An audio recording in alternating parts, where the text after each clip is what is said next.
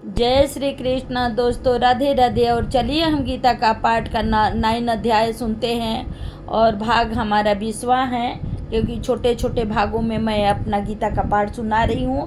तो यहाँ तक आप लोग सुने थे कि उसी प्रकार मैं संकल्प द्वारा सभी प्राणियों में व्याप्त होने के बाद भी उनसे भिन्न हूँ। सभी प्राणियों की मुझ में स्थिति है, मेरी प्राणियों में नहीं। हे अर्जुन, यहाँ तक आप लोग सुने थे, आगे का भाग सुनिए। हे अर्जुन, कल्पों के अंत में सृष्टि के समस्त प्राणी मेरे प्रकृति में लीन हो जाते हैं और कल्पों के आदि में पुनः मैं उनकी रचना करता हूँ। अपनी प्रकृति को अंगीकार कर स्वभाव के बल से परतंत्र हुए उस संपूर्ण प्राणी समुदाय की मैं बार बार उनके कर्मों के अनुसार रचना करता हूँ।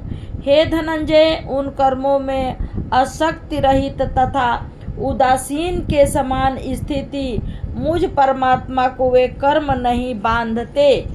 हे कुंती पुत्र अर्जुन, मुझे अधिष्ठा के आकाश से प्रकृति चराचर सहित संपूर्ण सृष्टि की रचना करती है और इसी कारण यह संसार चक्र घूम रहा है। मेरे परम भाव को न जानने वाले अज्ञानी जन मानव शरीर धारण करने वाले मुझे संपूर्ण प्राणियों के महेश्वर को तुच्छ समझते हैं। अर्थात अपनी योग शक्ति से संसार के उद्धार हेतु मानव रूप में विचरण करते हुए मुझे परमेश्वर को वे एक साधारण पुरुष मानते हैं।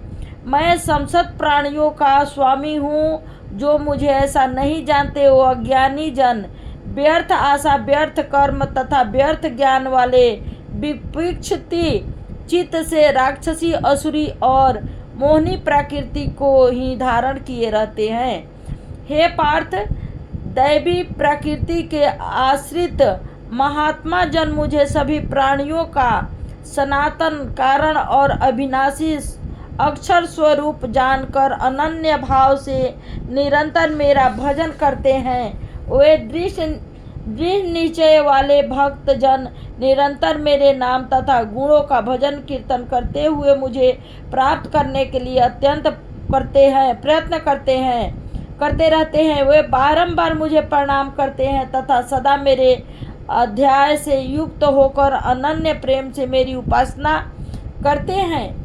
अन्य ज्ञान योगी मुझे निर्गुण निराकार ब्रह्म का ज्ञान यज्ञ के द्वारा अभिन्न भाव से पूर्ण पूजन करते हुए भी मेरी उपासना करते हैं। दूसरे मनुष्य अनेक प्रकार से मुझे विराट परमेश्वर की भिन्न भाव से उपासना करते हैं। मैं किंतु श्रोता कर्म हूँ, यज्ञ पंच महायज्ञ आदि हूँ, श्रद्धा पितरों को दिया जाने वाला अन्न हूँ, औषधि मंत्र घृत अग्नि और हवन रूपी क्रिया भी मैं ही हूँ। इस संपूर्ण जगत को धारण करने वाला तथा कर्मों के फल को देने वाला माता पिता पितामह प्रणवादी ऋग् वेद, साम वेद तथा यजुर वेद भी मैं ही हूँ। प्राप्त होने वाला परम धाम भरण पोषण करने वाला सर्वेश्वर, शुभाशुभ को देखने वाला, सबका वास स्थान, शरण लेने योग्य, प्रत्युपकार न चाहकर हित करने वाला, सबकी उत्पत्ति एवं विनाश का कारण, स्थिति का आधार, निराधार और अविनाशी कारण मैं ही हूँ। हे अर्जुन, मैं ही सूर्य में ताप देने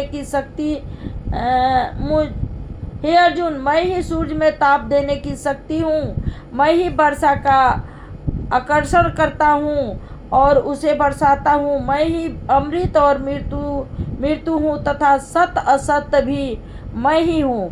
तीनों वेदों में विधान किए हुए सकाम कर्मों को करने वाले, सोम रस का पान करने वाले और पाप रहित जन मेरा यज्ञों द्वारा पूजन करके स्वर्ग की प्राप्ति चाहते हैं। ऐसे जन अपने पुण्यों के फल रूपी स्वर्ग को प्राप्त करके दिव्य देवताओं के भोगों का उपभोग करते हैं।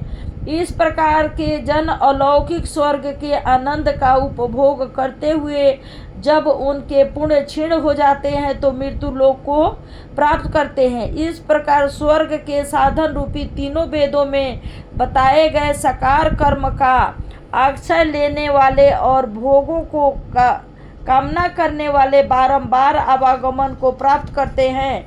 अर्थात पुण्य के प्रभाव से तो स्वर्ग में जाते हैं और पुण्य क्षीण हो जाने पर पुनः मृत्यु लोक में जन्म लेते हैं।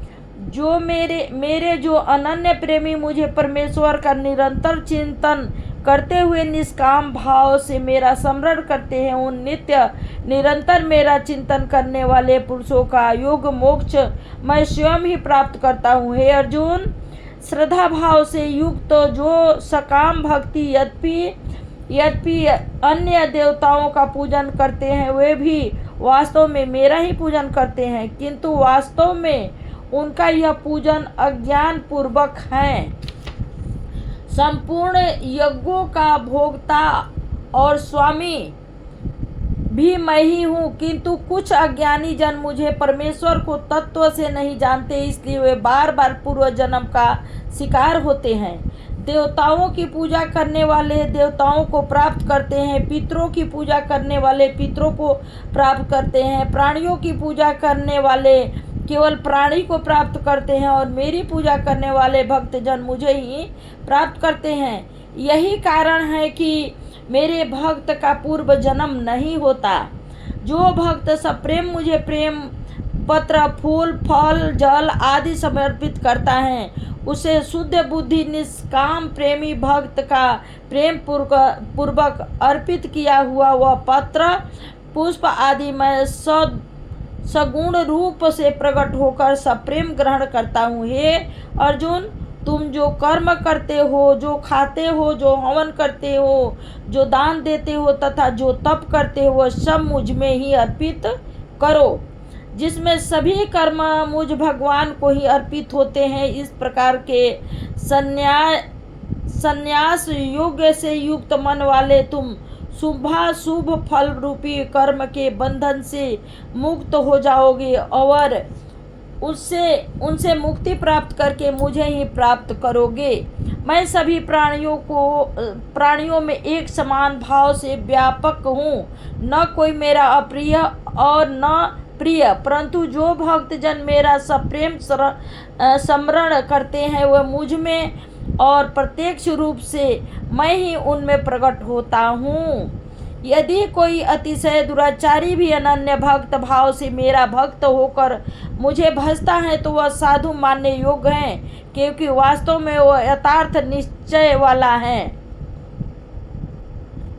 उसने भली प्रकार यह निश्चय कर लिया है कि परमात्मा के भजन के समान इस सृष्टि में कुछ भी अन्य भजन करने योग्य नहीं है। ऐसा प्राणी अति शीघ्र धर्मात्मा हो जाता है और अविनाशी परम भक्ति को प्राप्त करता है। हे अर्जुन, तुम इस तथ्य को सत्य मानो कि मेरा भक्त कभी नष्ट नहीं होता है।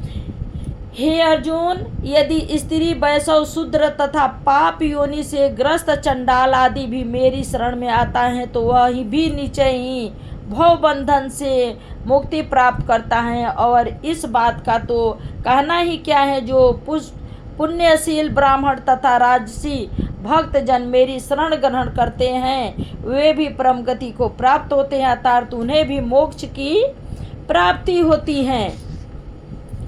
अतः हे अर्जुन, तुम सुख रहित और क्षणभंगुर इस मानव शरीर को प्राप्त होकर नित्य निरंतर मेरा भजन स्मरण करो।